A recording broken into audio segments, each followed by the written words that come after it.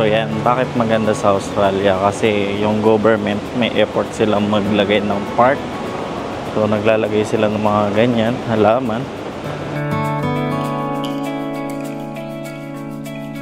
Then maganda rin yung mga building nila dito.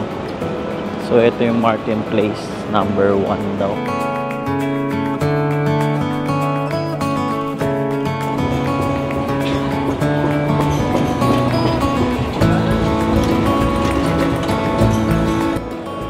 So ngayon nandito tayo sa city. Papakita ko sa inyo isa sa mga lumang building sa Australia. Hindi siya yung pinaka maganda pero isa siya sa mga luma.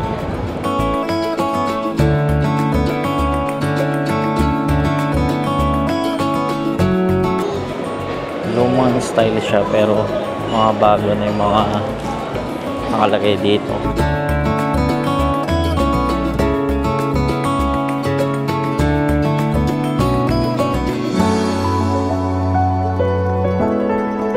Puntahan natin yung third floor kung ano meron dun.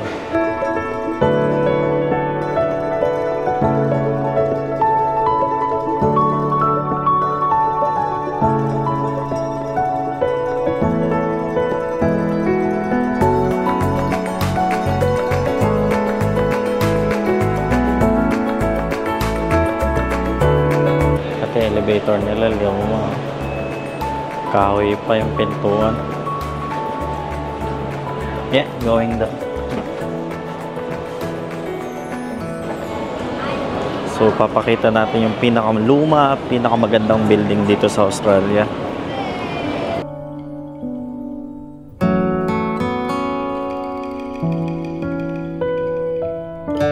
So, yan yung harap niya.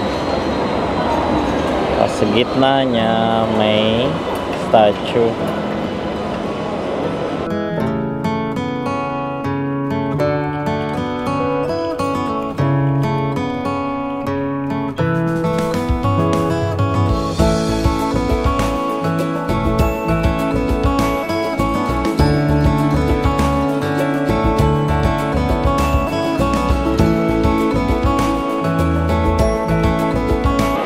So, ganyan yung tsura dito sa loob.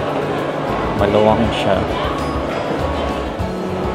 May centerpiece din sila dito.